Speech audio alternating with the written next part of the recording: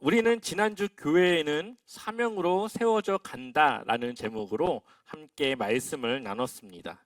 바울은 감옥에 있지만 그 감옥에서도 자신의 사명을 놓지 않고 오히려 자신이 이 감옥에 갇힌 것에 대해서 에베소 교회를 향해 영광으로 생각하라고 그렇게 편지를 보냈던 것을 보게 됩니다.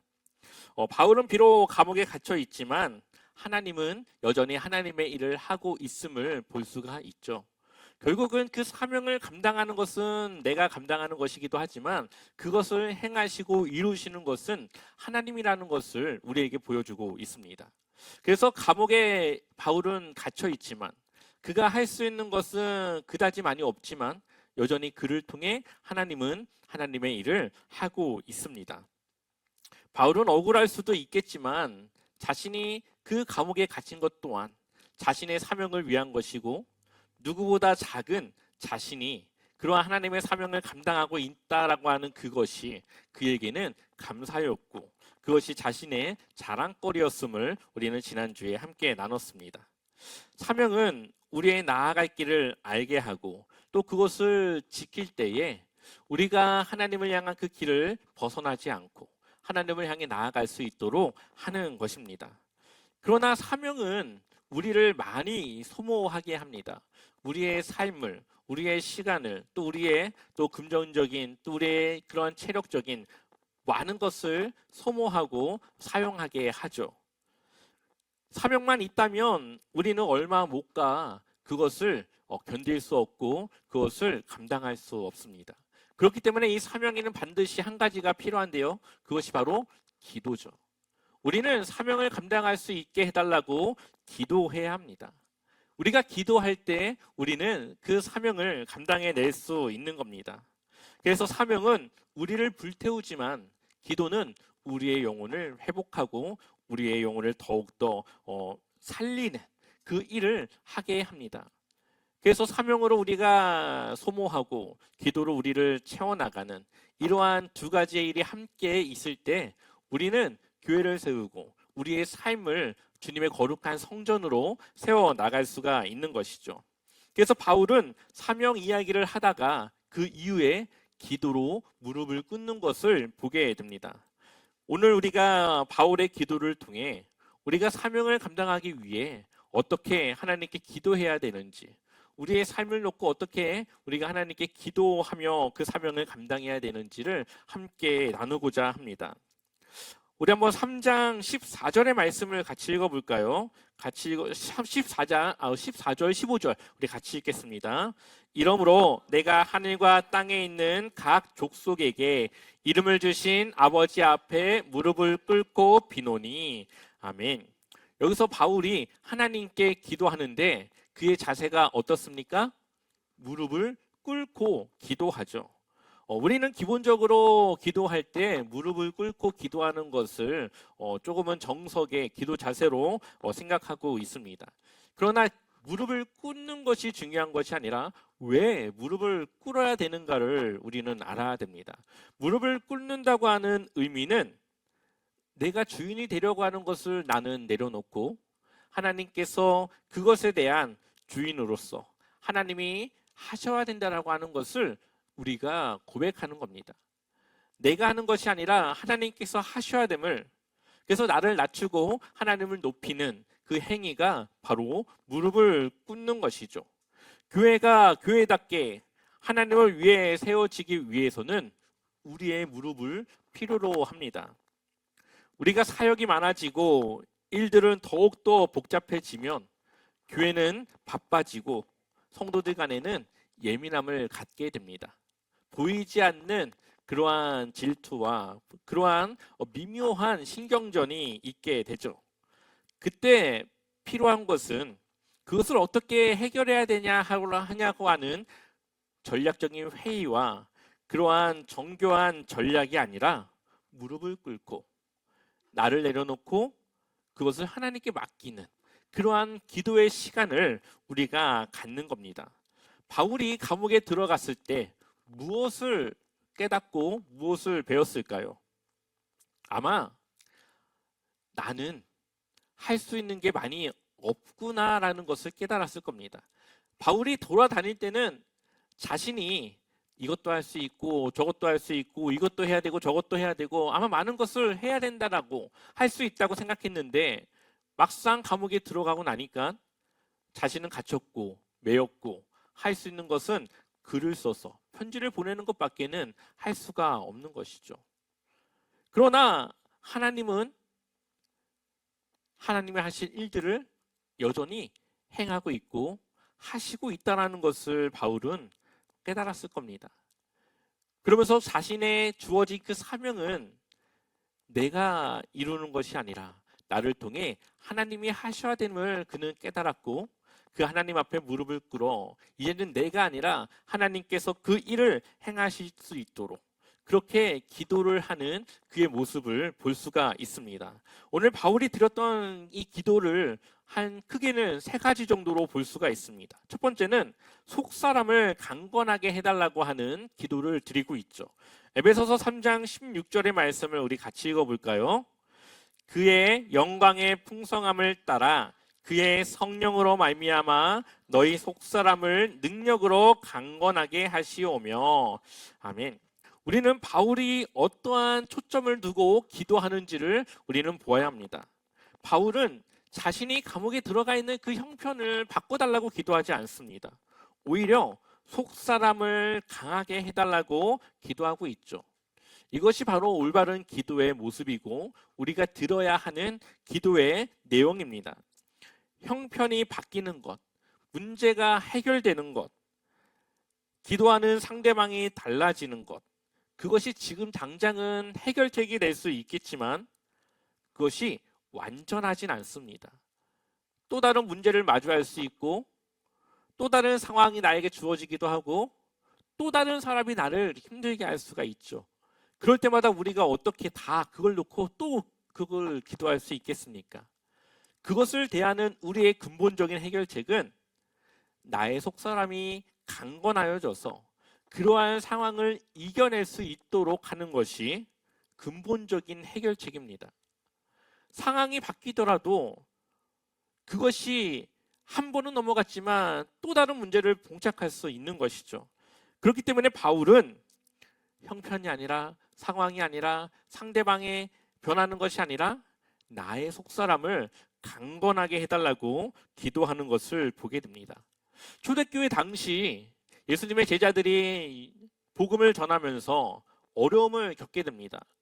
베드로는 옥이 갇히기도 하고 유대인들의 지도자들은 그들을 협박하며 또다시 이러한 복음을 전하면 그때는 목숨을 담보로 해야 된다라고 하는 그러한 협박도 그들에게 하기도 합니다. 그때 이들이 모여서 기도를 하게 되는데 그 기도의 내용을 잠깐만 보게 되면은 사도행전 4장 29절에 주님 이제 그들의 위협을 내려다보시고 주님의 종들이 참으로 담대하게 주님의 말씀을 말할 수 있게 해주십시오. 여기 보면은 핍박을 받고 위협을 받고 자신들의 생명을 위협받는 그 상황에서 그 상황을 바꿔달라고 하지 않습니다. 주님의 종들이 참으로 담대하게 주님의 말씀을 말할 수 있게 해달라고 기도하고 있죠. 상황은 어렵지만 그 상황을 뛰어넘는 그러한 믿음을, 그러한 담대함과 사명을 달라고 기도하고 있습니다. 그리고 사도행전 4장 31절에 그들이 기도를 마치니 그들이 모여있는 곳이 흔들리고 그들은 모두 성령으로 충만해서 하나님의 말씀을 담대히 말하게 되었다. 아멘. 하나님은 우리에게 원하시는 기도는 하나님의 사명을 감당하고 하나님의 사명을 감당할 수 있는 믿음을 우리가 요구하여서 그것을 통해 하나님의 뜻을 이루며 살아가는 그것을 우리에게 원하고 있습니다. 물론 상황을 놓고도 기도해야 되죠. 그 상황을 놓고도 기도해야 되겠지만 더욱더 근본적인 기도는 하나님의 뜻을 감당할 수 있는 우리의 믿음과 속사람의 강건함을 위해서 기도해야 됩니다. 그래야만 우리는 앞으로 있을 문제와 상황 속에서도 무너지지 않고 하나님의 뜻과 사명을 감당해낼 수 있게 되는 거죠. 우리의 속사람이 강건하게 되면 우리는 조금 더 건강한 신앙생활을 해 나갈 수가 있습니다. 작은 말에 크게 상처받지 않을 수 있고요. 또 어떠한 오해에서도 그 사람을 이해할 수 있고 나의 실패 앞에서도 당당해질 수가 있습니다. 또한 피로감이 우리의 신앙 속에 영향을 미치지 않습니다. 우리의 속사람이 강건하면 우리의 삶이 더 건강하게, 하나님을 향한 신앙생활을 더 건강하게 해결해 나갈 수가 있습니다. 그렇기 때문에 우리가 오늘 해야 될 첫 번째 기도는 바로 주님, 제 속사람을 다시 세워 주십시오. 겉으로 버티는 신앙이 아니라 우리의 속이, 우리의 근본이 하나님 앞에 단단하게 더 성장하고 굳어질 수 있도록 그렇게 우리는 기도해야 됩니다. 두 번째로 바울의 기도는 그리스도께서 그 마음에 거하게 해달라고 기도하고 있습니다. 에베소서 3장 17절 말씀을 우리 같이 읽어보겠습니다. 믿음으로 말미암아 그리스도께서 너희 마음에 계시게 하시옵고 너희가 사랑 가운데서 뿌리가 박히고 터가 굳어져서 아멘. 교회가 되는 기준은 무엇일까요? 사람이 많아지는 것일까요? 재정이 더 넉넉해지는 것? 다양한 프로그램으로 성도들을 더욱더 훈련시켜 나가는 것? 아마 그 모든 것은 필요하지만 근본적인 부분은 아닙니다. 본질은 바로 그리스도께서 거하시고 그리스도께서 함께하는, 그리스도가 우리의 교회의 머리가 되는 것, 그것이 바로 교회가 되는 것이죠.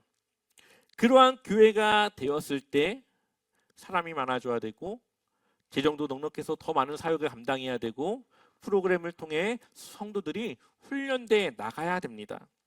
그리스도가 중심으로 되지 않고 그리스도가 온전히 세워지지 않은 그러한 교회가 아무리 사람이 많다고 해도 아무리 다양한 프로그램이 돌아간다고 해도 그 교회는 교회다운 교회가 될 수가 없습니다.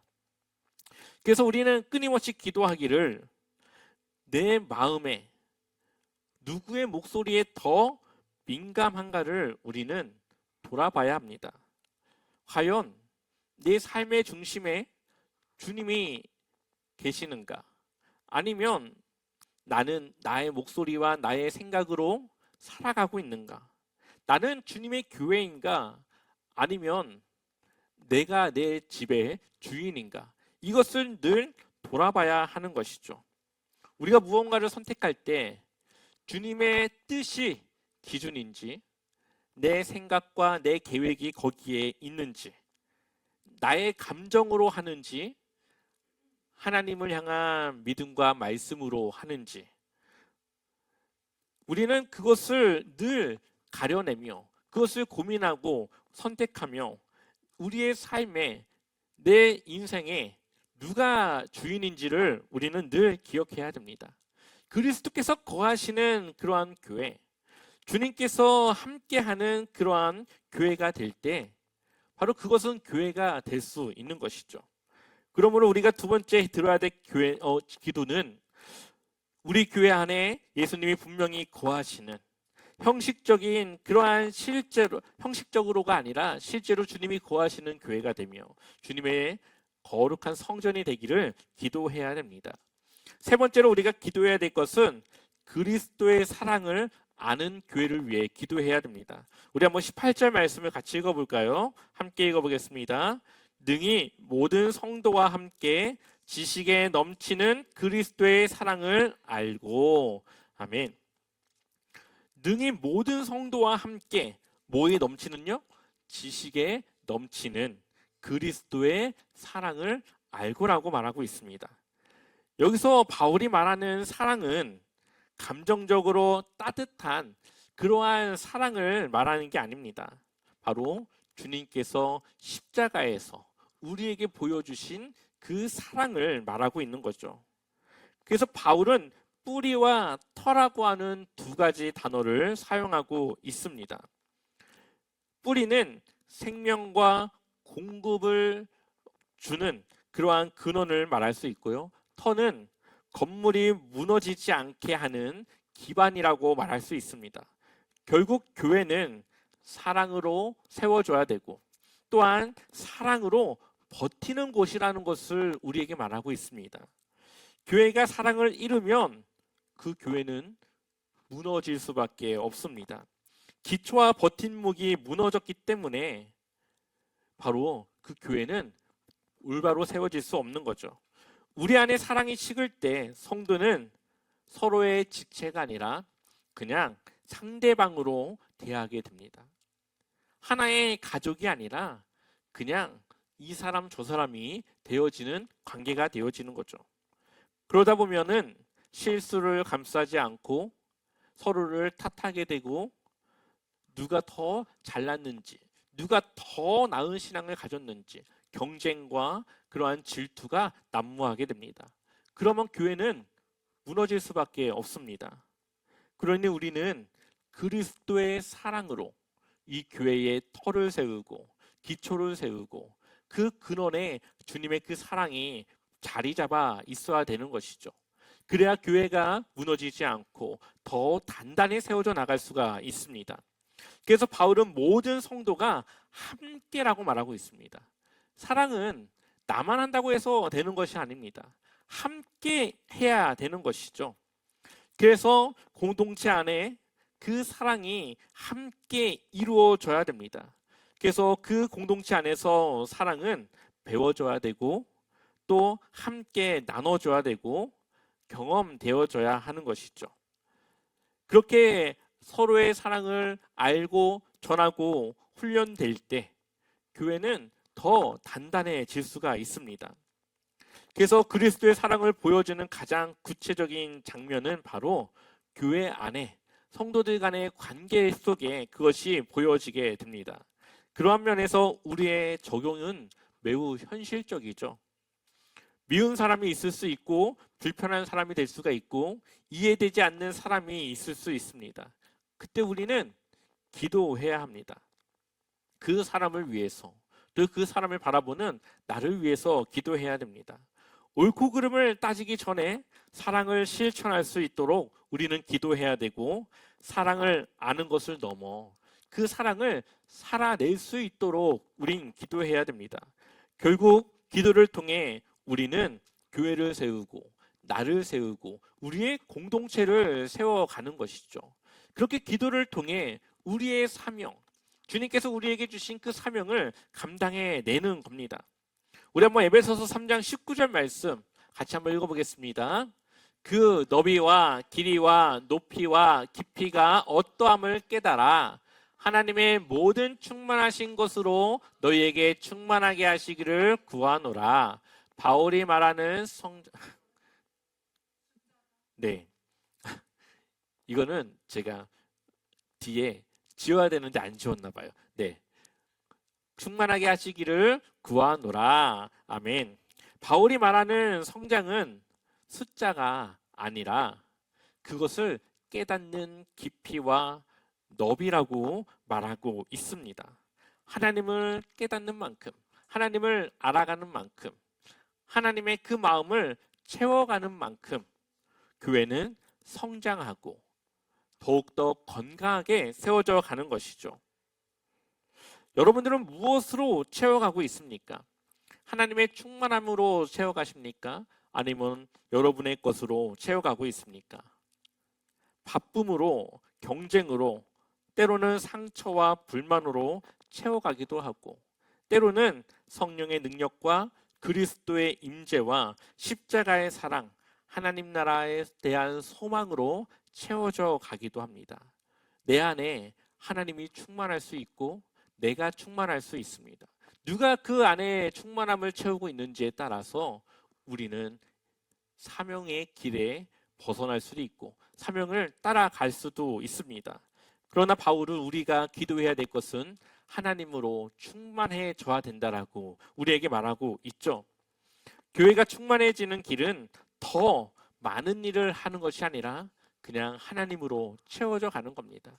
내 삶을, 내 마음과 내 생각을 하나님으로 채워갈 때 우리는 그 사명을 하나님을 통해 견뎌내고 감당해낼 수 있는 것이죠. 그래서 바울은 마지막 이렇게 기도를 마무리합니다. 에베소서 3장 20절, 21절 우리 같이 읽어보겠습니다. 우리 가운데서 역사하시는 능력대로